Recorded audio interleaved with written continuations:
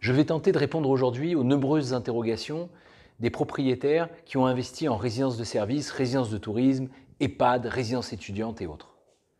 Mais avant cela, pour faire plaisir à Patrice Imbert, Provence Avocat, rassemblement.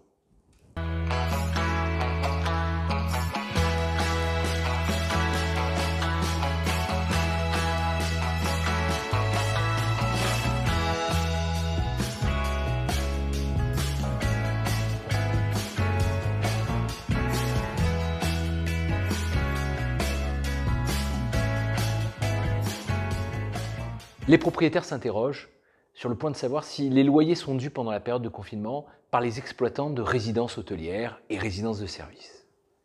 Je ne vais pas faire un long débat juridique, je vais rappeler certains principes, c'est que les loyers sont dus pendant cette période.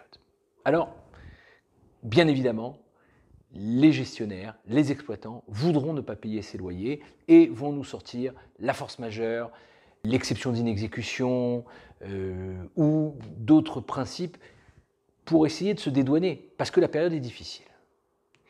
Notre objectif n'est pas de contraindre quelqu'un qui n'a pas 1 euro sur son compte bancaire à partir en liquidation judiciaire. Mais sachez quand même que les lois exceptionnelles d'ordonnances rendues par le gouvernement n'exonèrent pas votre preneur à bail de payer les loyers.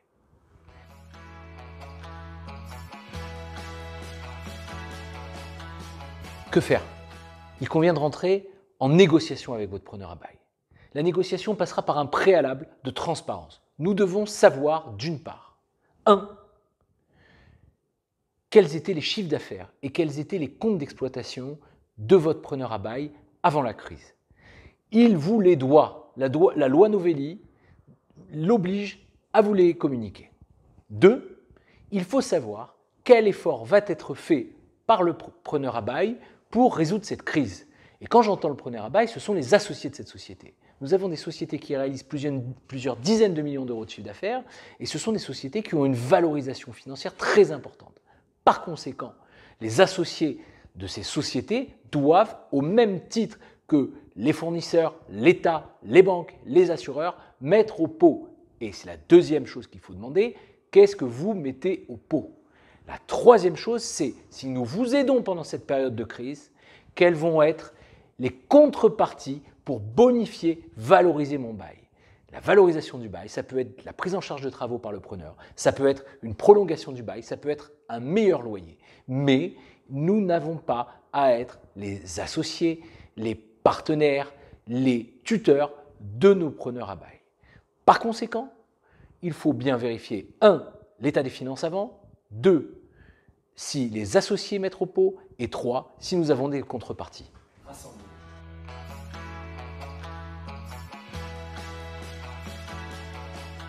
Il ne faut pas rentrer dans l'écueil du tout judiciaire. Il faut bien évidemment chercher absolument de trouver un accord transactionnel avec votre preneur à bail. Pourquoi? Non pas que nous avons peur de ferrailler, non pas que nous avons peur de nous quereller en justice, non, mais la période n'est pas propice.